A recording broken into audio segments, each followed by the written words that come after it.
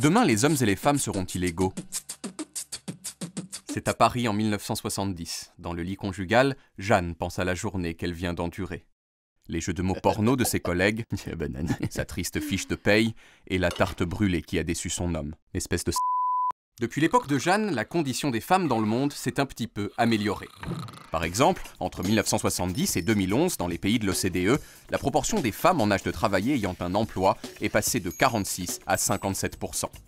Aux États-Unis, les familles traditionnelles dans lesquelles le mari travaille et la femme s'occupe de la maison et des enfants ne représentent plus que 21% des familles aujourd'hui, contre 45% en 1970. Plus récemment, depuis 2003, la proportion de sièges parlementaires occupés par des femmes dans le monde est passée de 15 à 21%. On le voit bien, le monde est encore très loin de la parité homme-femme. Mais il y a des inégalités bien plus graves que cela.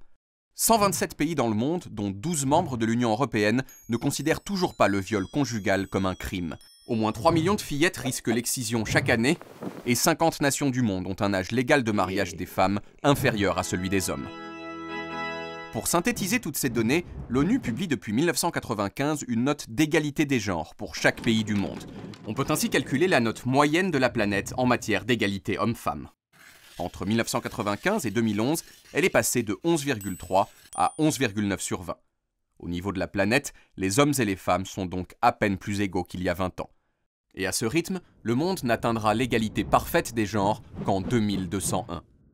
Il sera peut-être alors temps pour les femmes de prendre leur revanche. C'est cornichon. Moi, je veux dire, si j'étais vous, je m'abonnerais, quoi. Après, c'est un choix personnel. Enfin bon, si vous avez envie, cliquez dans le cadre prévu à cet effet.